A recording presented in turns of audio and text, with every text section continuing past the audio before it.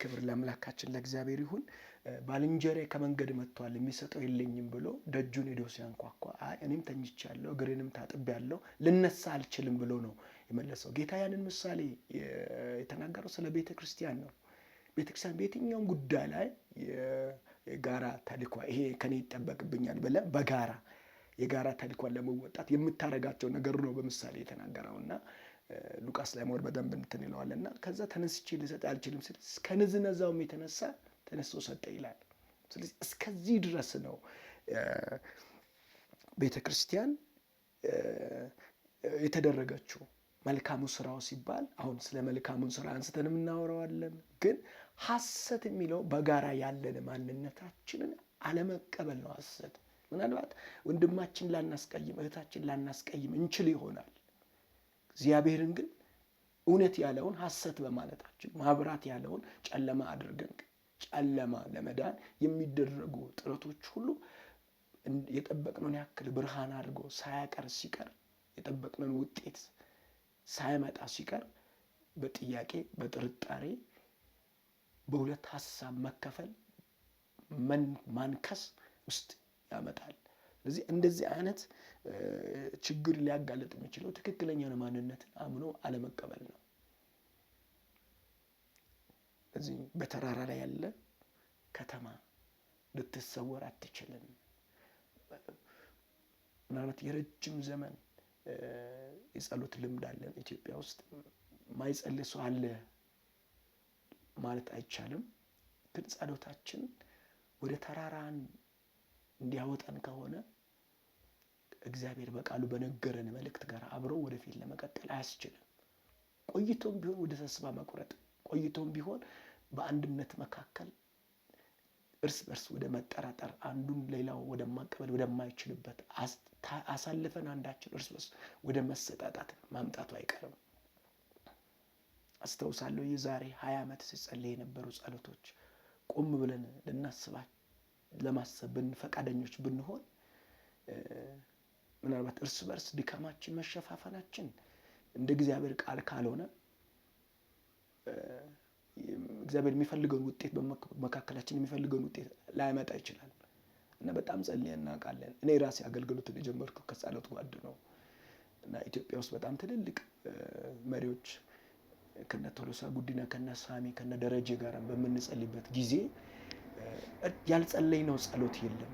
በጣም ብዙ እንባ በጾም ጸሎት እጅግ ዋጋ ከፍለን ትዳርን ልጆችን በድለን ማንም ሰው በጊዜውን ተጠቅሞ የያዘውን ነገር መያዝ የምንችልበትን ሰዓት በመንፈሳዊ ስም ብዙ በጸሎት ስም እንትን ብለናል። እና ዛሬም በእግዚአብሔር ፊት በፍጹም ትህትናና አክብሮት እጅግ ነው የምወዳችሁ ማከብራችሁ ቅዱሳኖች ይህንን ሲናገር በፍጹም ያለምንም መሸማቀቅ የእግዚአብሔር ቃል የሚለንን። ስለዚህ ወደ ተራራ ለመውጣት የሚደረግ ጥረቶች ወደ ተራራ ስላላወጡ አንዳችን በሌላችን ላይ ያለንን እምነት እንዳይኖረን እርስ በርሳችን እንድንጠራጠር አድርጎናል። ውጤቱ እጅግ ጥሩ አይደለም። ማብራት ለመሆን ብለን በዚህ ውስጥ ነው አሁን ነቢያት ምናልባት መጽሐፍ ቅዱስ ነቢያት በሚለው በዚህ ዘመን አሁን ነቢያት ሐሰተኛ ነቢያት በሚለው ብቻ ላይ ነው ትኩረታችን ያለው። ሐሰተኛ አስተምሮ አለ፣ ሐሰተኛ ጸሎት አለ። አሁን ሐሰት የሚለው ምዕራፍ 6 ላይ ስንገባ ራሱ ምጽዋትን ከማውጣት አንጻር እንኳን የአንድን ሰው ሕይወት ከንቱ የሚያደርግ ነገር ሁሉ ሐሰት ነው። አድርጉልና ያደረጋችሁትን ነገር ግን በሰው ፊት ለታይታ የምታደርጉ ከሆነ በእግዚአብሔር ዘንድ ዋጋ የላችሁም ብሎ ሲናገር ይሄንንም በምን አይነት መንገድ እንደምትፈርጁ እግዚአብሔር ያሳያችሁ። ቁም ነገሩ ከእግዚአብሔር ጋር ህብረቴን ያስቀጥላል ወይስ ከእግዚአብሔር ጋር ይለየኛል? ዛሬ ባልጠየቅ ዛሬ ከመስሪያ ቤት ባልባረር ፋይናልና ግን እግዚአብሔር ካዘጋጀው መንግስት ፍጻሜን ያሳምርልኛል ብሎም እኮ ሐሰትን በጊዜያዊም በዘላቂ ከፍጻሜም አንጻር ይመረመራል። ስለዚህ ዛሬ ላወራው የመጨረሻ ላነሳ የምፈልገው ሐሳብ ምንድነው? ተራራ ላይ ነን እኛ በጋራ። ይህን መቀበል ትችላለህ ወንድም? ነብይ ስላልሆንክ ትንቢት ስለማትናገር አጋንንት ስለማታወጣ ይሄ የነቢያት ችግር ነው ብለህ ከማለት በፊት ምናልባት ራሳችሁን ብንመረምር ባልተፈረደብን ይላል። እስኪ ቆም ብለን እናስብ። በጣም ስለ ብዙ ነገር እናነሳለን። ስለ ገንዘብ እናነሳለን። የእውነተኛይቱ ቤተ ክርስቲያን ጥያቄ ምክንያቱም በክርስቶስ ኢየሱስ አስተምሮ የማይኖር ሰው አምላክ የለውም ስለሚል ዮሐንስ መልእክት ሁለተኛ ዮሐንስ መልእክት ላይ እንዲህ ስለሚል በክርስቶስ ትምህርት ላለው ሰው አምላክ አለው ስለሚል፣ ስለዚህ በክርስቶስ ኢየሱስ ትምህርት እናምናለን ብለን ምናምን ከሆነ ስለ ገንዘብ እናነሳለን። ሐሰተኛ ነቢያት ብለን ከመናገራችን በፊት ቤተክርስቲያን ምን ይላታል? ምን ትጠቀም ይላል? ለምሳሌ ኢየሱስ ክርስቶስ ያገለገላቸው በገንዘብ የሚያገለግሉ ነበር። ስላገለገለ አገልግሎት ነው ገንዘብ ሲከፍሉ የነበሩት? አገልግሎትን ነበር ሲሸጥ የነበረው? ቤትን ሽጡ፣ ገንዘባችሁን አምጡ ብሎ ሉቃስ ምዕራፍ 12 ላይ ሲናገር የነበረው ነው። ይህንን ጌታ ኢየሱስን ያስተማረው የእውነተኛይቱ ቤተ ክርስቲያን መልክ በኢየሱስ አስተምህሮ ላይ መሰረት ያደረገች ነች። ቅንነት ሳናጣ ደግሞም እንደ መጽሐፍ ቅዱስ እውነት የአንድን ሰው ስህተት መጽሐፍ ቅዱስ በሚያስቀምጥልን የግለሰብ ኬዝም ከሆነ በግል ተወቃቅሰን ሁለተኛ ሰው ተጨምሮ ባይሰማ ሶስተኛ ለቤተ ክርስቲያን አሳልፈን በዚህ አይነት መንገድ ያልፈታናቸው ችግሮች ሁሉ ስቲል የጣራ ልዩነቶች እንጂ የሐሰተኛ ከሆነ እኔም ሐሰተኛ ነኝ። ምክንያቱም አንድ አካል ነን፣ ወይም አንድ መንግስት ነን፣ ወይም አንዲት ከተማ ነን፣ የአንድ አባት ልጆች ነን። ይህን በትክክል ቆም ብለን ልናስብ ይገባል። ተራራ ላይ እንዳለ ይሰማሃል። ውስጥ ድረስ ዘልቀ ስለገባ ድካም እያጠና መጽሔት ላይ የምታብጠለጥል እውነት አንተ የዚህ መንግስት አካል ነህ? መጽሐፍ ቅዱስ በመጨረሻው ዘመን ላይ ሰዎች ከእግዚአብሔር ይልቅ ተድላን የሚወዱ ይልና በሰው የሚነግዱ ይላል። የሰው ድካም የሚነግዱ አሉ። መጽሐፍ ቅዱስ ግን መንፈስ ድካምን ያግዛል የሚለው አንተ ውስጥ ያለው እውነት፣ አንተ ውስጥ ያለው መንፈስ የኔን ድካም እንደሚያግዝ እርግጠኛ ነኝ። የሚያብጠለጥል አይደለም። የቀደሙት አባቶች በሚያገለግሉት አገልግሎት ሞት የሚገባ ኃጢአትና ሞት የማይገባ ኃጢአት አለ እያሉ ነበረ ሲያስተምሩ የነበሩት፣ ሲያገለግሉም የነበሩት። ስለዚህ ዛሬ ተራራ ለመውጣት ብለን ያደረግናቸው ጥረቶች ምን ያህል ለድካም እንደዳረጉን፣ ለውድቀት እንደዳረጉን፣ የመንፈስ አንድነት እንዴት እንዳሳጡን፣ አይ ተራራ ላይ አለው ብሎ አልወርድም ብሎ እንደ ግለሰብ ተነጥሎ የተሰጣቸውን ተልእኮን አንጥልም ያሉ ሰዎች ደግሞ በተሰጣቸው ጸጋ እያገለገሉ አሉ። 100% ሁሉ ትክክል ነው ብለን አይደለም። በትክክለኛው መንገድ ከአካል ውስጥ እንደ አመፀኛ ወይም እንደ ቀራጭ ቤተክርስቲያን ያልቆጠረችው በትክክለኛው መንገድ ተጠይቆ በትክክለኛው መንገድ ያልተፈታ ችግር ሁሉ ጣራና ግድግዳ ላይ አንድ ጣራ ስር ባንሆንም፣ በአንድ በሙሉ ወንጌል ስም ባንሆን፣ አንድ መሰረት ክርስቶስ ስር ባንሆንም፣ አንድ መካነ ኢየሱስ ስር ባንሆንም፣ ግን በአንድ መንግስት ውስጥ ያለን፣ በአንድ አካል ውስጥ ያለን። ስለዚህ በሰዎች የምትነግዱ ሰዎች እጃችሁን እንድትሰበስቡ፣ አንደበታችሁን እንድትዘጉ፣ በኬሮፍ መልሶ ስለሌላ የምናወራው ነገር መልሶ እኛንም እንደሚጎዳ እንድታስቡ። ክብር ለአምላካችን ለእግዚአብሔር ይሁን። እና ቸርች ልንሄድ ተነሳንና ድንገት የእግዚአብሔር መንፈስ አንድ ነገር አሳየን። በጉባኤ መካከል አንድ ሰው ቆሞ የሚሰብክ ሰው ነውና የይሁዱ ቃል የሚሰብክ ሰው ነውና ቆሞ መድረክ ላይ ደም ሲያቀባባን አየን። የሚናገረው ነገር ሃሌሉያ አሜን በምንልበት ሰዓት ሁላችንንም ስለሚናገረው ነገር ደም ስንቀባባ አየን እና በጣም ደነገጥን። ዛሬ ምን ልንሰማ ነው? ምን ሊሰበክ ነው ብለን ሄድን እና የተሰበከው መልእክትም ምን ነበረ? እድን ዘንድ ምን ላድርግ የሚለውን ጥያቄ በዳነው ዳግመኛ ተወልደን በክርስቶስ ደም በተዋጀው ሕዝብ መካከል ይሄ ነበረና እውነት ለመናገር እኛ እንድን ዘንድ ምን እናድርግ የሚል ጥያቄም ጉባኤም ያለ አይመስለኝም እና ያለ አይመስለኝም። ግን አንስቶ ግን ስለ አንድ ሰው ያወራ ነበረ። በአካልም በምንም ተገናኝተን ስለማናውቀው ቤተክርስቲያንም ስለማታውቀው ስለ አንድ ሰው አንስቶ ያወራ ነበርና ለካ ስለዛ ሰው ነው እሱ የሚለውን ሲያስብለን እኛም አብረን እንል ነበርና ስለዛ ነገር እንድንጠነቀቅ ነበረ። ለምን ምናውቀው ታሪክ የለም። መጽሐፍ ቅዱስ መንፈስን ሁሉ አትመኑ መንፈስን መርምሩ ይላል። መርምረን ከእግዚአብሔር ነው ከስጋ ነው ከአጋንንት ነው ብለን ባለየንበት ነገር ግን ደም ስንቀባባ አብረን ሆ ስንል ግብዣው ሲቀርብልን በዛ አገልጋይ በኩል እናይ ነበረ። ዛሬ ወገኖቼ እኔና እናንተ ወደንም ጠላንም ጥቁርም ነጩን ደሃሙን ሀብታም የተማርከውን ማይብ ከተማ ውስጥ ኑር ገጠር ውስጥ በእግዚአብሔር ልጅ በጌታ በኢየሱስ ክርስቶስ መማመን ግን ያለ ተራራ ላይ ነው። በጋራ ማብራት ነን። ይህንን እውነት አንተ የሆንከውን ሌላው እንደሆነ ጳውሎስ ሲናገር ማንም በክርስቶስ ኢየሱስ ቢሆን በክርስቶስ መሆኑን ቢያውቅ እኛም በክርስቶስ እንደሆን ይቁጠረን አለ። በዛም ዘመን እንደዚህ አይነት አስተሳሰቦች ችግሮች ነበሩ። የመንፈስ አንድነት ለመጠበቅ እንቅፋት የሚሆኑ እጅግ ብዙ ነገሮች አሉ። ስለዚህ እውነተኛይቱ ቤተ ክርስቲያን በተራራ ያለች ከተማ ነች፣ ጨው ነች፣ አልቃሻ አይደለችም፣ ግራ የተጋባች አይደለችም። ምናልባት ከዚህ ቀደም ባሳለፍኩት መልእክት የዳነ ሰው ምልክት ብዬ ሲናገር የእግዚአብሔር ሰው ጳውሎስ ሲናገራቸው የነበሩት ነገሮችን እዛ አንስቼ ነበረ በብዛት። ምናልባት እዛ ላይ ገብታችሁ ልታዩ ትችላላችሁ። ተስፋ ቆርጦ ግራ ተጋብቶ የእግዚአብሔር ፊት ተሰውሮበት በጣም እግዚአብሔር ወዴት ነው ያለ እንዲህ ነው ምንም የትውልዱን ችግር አመፅን፣ ክህደትን፣ የሮማውያን የግሪኮችን ብዙ ያን ነገር ይዞ በጣም ሳመጣር የምታዩት እነሱን እያየ ገፋብል የሚናገረው ነገር ሰጪው እግዚአብሔር መሆኑን የሚያሳይ የድፍረት አገልግሎት ሲያገለግል አይተናል። ኢየሱስ ጌታ ነው። ስለዚህ ዛሬ የምለው ይሄንን ነው።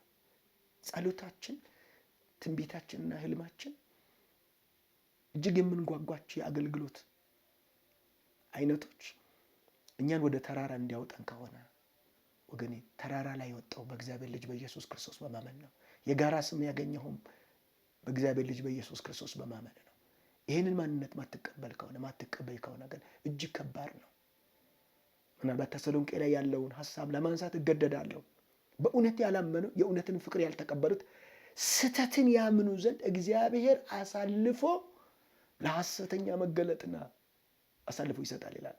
ሐሰት በሚለው ነገር ላይ በጣም በርገብተን በደንብ እናያለን። ሐሰት እውነት በሌለበት ሐሰት የለም። እውነትን ካወቅን ደግሞ ራሳችን ደግሞ ከተቀበል ስተት በራሱ ጊዜ ይገለጣል። የአምላካችን ስም የተባረከ ይሁን። ኢየሱስ ክርስቶስ ጌታ ነው። ሃሌሉያ። በጣም ይህንን መልእክት መስመር ካዝያዝን በኋላ ቤተ ክርስቲያን እንደተሰጣ ስልጣን ነገሮችን ወደ ታች እንደምታይ ይሄ ቤተ ክርስቲያን ሲባል ስለ ጣራ ነገር ግዳል ስለ እኔና ስለ አንቺ ስለ እኔና ስለ አንተ ነው የማወራ። በዓለም ዙሪያ ሁሉ ያላችሁ በክርስቶስ ኢየሱስ በማመን ተራራ ተብላችሁ መብራት ተብላችሁ ይሄ ስም እንደተሰጣችሁ በዚህ ማንነት ላይ ሆነን ግን ምናስረው ይታሰራል፣ የምናፈርሰው ይፈርሳል። ቤተ ክርስቲያን የሰራዊት አምላክ የእግዚአብሔር አፍ ነች። የአምላካችን ስም የተባረከ ይሁን። ክብር ለጌታ ይሁን። ሃሌሉያ። ስለዚህ በጣም እንጸልያለን። ግን ይሄ መጀመሪያ አንደኛ ማንነታችን ላይ ከዛስ ምን ይጠበቅብናል? ምንስ ማድረግ የለብንም? አታድርጉ የተባለው የምናደርገውስ እኛ ሐሰተኞችስ እንዴት ከኛ መካከል እንዳለ ይህን እውነት ነው ብሎ የማይቀበሉ ሁሉ ሐሰተኛ ያደረጉት እግዚአብሔር እውነት ነው ያለውን ነው። ጸባቸው ከሰው ጋር ብቻ ሳይሆን ከራሱ ከእግዚአብሔር ጋር ነው። ለምሳሌ አንድ ነገር ልንገራችሁ። ቤተክርስቲያን 5 ኦፊስ እንዳላት መጽሐፍ ቅዱስ ይናገራል። ሐዋርያት፣ ነቢያት፣ አስተማሪዎች፣ ሰባኪዎችና እረኞች እንዳሉ መጽሐፍ ቅዱስ ይናገራል። እነዚህ ሆም ሴል ላይ የሚሰሩት ናቸው። መንፈስ ቅዱስን ማታመን ቤተክርስቲያን አይ በዚህ ዘመን ይሄ አይሰራም ብለ ከመንፈስ ቅዱስ ጋር የምትጣላ ቤተክርስቲያን ከሆነች ግለሰብ ከሆነ ይሄ በጣም አደገኛ ነው። ምናልባት ዙሪያ ላይ ያለው መንፈስ ቅዱስ እየሰራ አለመሆኑን የሚያሳይ በቂ ማስረጃ ሊያቀርብ ይችላል። ይሄ ሰውዬ ግን መንፈስ ቅዱስ ስጦታዎችን እንደወደደ ይሰጣል ይላል። መንፈስ ቅዱስ ዘመን ካልሻረ፣ ጊዜ ካልሻረ፣ የአመፅ ብዛት ያኔም የሰው ጽድቅ ካላመጣ፣ እሱ የኢየሱስ ክርስቶስ ምስክር ሆኖ ከመጣ ዛሬም መንፈስ ቅዱስ ነው ነቢይነትን የሚሰጥ ሐዋርያነትን የሚሰጥ። ከተጨባጭ ከሚታየው ነባራዊ ሁኔታ ተነስቶ መንፈስ ቅዱስ በዚህ ዘመን ይሄን አረገም ይሄን አይሰጥም፣ ይሄኛውን ኦፊስ ነው እንጂ እኛ የምንቀበል ይሄኛውን አንቀበልም ወደሚል ድፍረት። ስለዚህ እነዚህ ሰዎች እየተጣሉ ያሉት ከሰዎች ጋር ሳይሆን ከራሱ ከእግዚአብሔር ጋር ነው። ስለዚህ እንደዚህ አይነት በጣም ሲሪየስ የሆኑ ጉዳዮችን ሁሉ ወደ ማስተካከል ሳላውቅ እኔ ራሴ ሐሰተኛ ይሆን መጽሐፍ ቅዱስ ምን ይለኛል? ኢየሱስ ክርስቶስ ጌታ ነው። ሃሌሉያ! የአምላካችን የእግዚአብሔር ስሙ የተባረከ ይሁን። እንጸልያለን። እግዚአብሔር አምላካችን ሆይ እናመሰግንሃለን። ሃሌሉያ! በስምህ በእግዚአብሔር ልጅ በጌታ በኢየሱስ ክርስቶስ የሚያምኑ እጅግ የተባረኩ በተራራ ላይ ያሉ ከተማ ስለሆን ክብር ላንተ ይሁን። ልንሰወር የማንችል ስለሆነ እናመሰግንሃለን።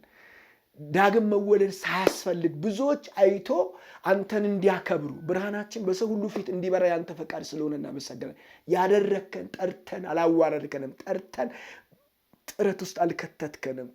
እግዚአብሔር ሆይ ጠርተ ስራችሁ ያውጣችሁ አላልከንም። ጠርተ ያደረከን እንደዚህ ነው። ተራራ ለመውጣት አንፍጨረጨረም። በተራራ ስላለ እናመሰግንሃለን። ከቤተ ክርስቲያን ስልጣን በታች ብዙ ሁሉ ነገር ስለሆነ እናመሰግንሃለን። ክብር ሁሉ በጌታ በኢየሱስ ስም ላንተ ይሁን። መንፈስ ቅዱስ በዚህ ውስጥ ነገርን የማጥራት የማስረዳት መገለጥ የመስጠትን ሚና የምትጫወት አንተ ታማኝ አስተማሪ አንተ ስለሆንክ እኔ ጥቂቱን ነገር አንስቻለሁ። በተጻፈው ቃል በጋራ ሊያስማማን የጋራ እይታን ሊፈጥር የሚችል በእግዚአብሔር ቃል እውነት ላይ ቆሜ ጥቂት ነገር አንስቻለሁ። ለነፍስ ለመንፈስ ለስጋ ግን አንተ እንደምታበራ አውቃለሁ። በጌታ በኢየሱስ ክርስቶስ ስም አንተ አስተምር። አእምሮ ሁሉ የተከፈተ ይሁን በኢየሱስም። በትናንትና ለረጅም ለ20 ለ30 ዓመት ለብዙ ጥያቄ ውስጥ ያሉ ነገራቸው ያልተፈታ ቀን ወደ ቀን ነገራቸው መስመር እየለቀቀ ሄደባቸው በህብረት ውስጥ አንተን ሲያውቁ ያወቁትን አንተን ሲቀበሉ የተቀበሉትን የቅዱሳንን ህብረት እስከ ማፈግፈግ የደረሱ ከክፉ እንጂ መልካም ነገር የማይታያቸው በብዙ ድካምና ዝለት ውስጥ ያሉ አባቶች እናቶች ስለ ትውልድ መዳን ብዙ ያለቀሱ ኑሯቸውን ትዳራቸውን በድሩ በብዙ ስለ አንተ ጊዜያቸውን በሰጡ ጊዜ ነገራቸው የተጎዱ መያዝ የሚገባቸውን በጊዜ ያላዙት እግዚአብሔር በዚህ ሰዓት በኢየሱስም በአእምሮ በመንፈስ በነፍስ በስጋ መታደስ እንዲሆኑ ጸልያለሁ። ያሉበትን የተሰጣቸውን ማንነታቸውን ተቀብሎ ያሉበትን ከፍታ ላይ እንዳለ ማወጅ እንዲችሉ አንተን ማክበር እንዲችሉ ራሳቸውን ተቀብሎ ሌላውም ደግሞ ከፍታ ላይ እንዳለ መናገር እንዲችሉ የአንዱ የሌላውን ድካም እግዚአብሔር ከማውራት ይልቅ በኢየሱስ ክርስቶስን ደምን ወደ ማክበር ስምህን ወደ መቀደስ በኢየሱስ ክርስቶስ መምጣት እንዲችሉ እጅ አሁን እንድትደግፍ ጸልያለሁ። በጌታ በኢየሱስ ክርስቶስም ስልጣን የነፍስ የመንፈስ የሥጋ ጉብኝት እንዲሆን ጸልያለሁ። የዲያብሎስ ሽንገላ የፈረሰ ይሁን። ሽንገላው የፈረሰ ይሁን። ምክንያቱም በሰማያዊ ስፍራ ላሉት ለአለቆችና ለስልጣናት ትታወቅ ዘንድ የእግዚአብሔር ልዩ ልዩ ጥበብ አሁን በቤተ ክርስቲያን በኩል ለአለቆች ለስልጣን ትታወቅ ዘንድ እንደሚል ከቤተ ክርስቲያን ወጥቶ የእግዚአብሔር ጥበብ ልዩ ልዩ የሆነ የእግዚአብሔር ጥበብ እንዳይታወቅ ኢየሱስ ክርስቶስም ስልጣን ትክክለኛውን ፖዚሽኗን ትክክለኛ አይኗን ትክክለኛ ተልኳን በኢየሱስ ክርስቶስም የሸፈነ መጋረጃ ሁሉ እኔ በኢየሱስ ስም አነሳለሁ። በኢየሱስ ስም አነሳለሁ። ቅንነት ያሳጣ የልብ ንጽህናን ያሳጣ መልካም መንፈስ ያሳጣ ያለንበትን ያስረሳ በኢየሱስ ክርስቶስ ስም ስልጣን የተሰበረ ይሁን። እግዚአብሔር ሆይ ቃልህ በመንፈስ ቅዱስ አሁንም በኃይል በኢየሱስ ስም ለሚሰሙ ወገኖቼ ሁሉ እንዲበራ ጸለይኩኝ።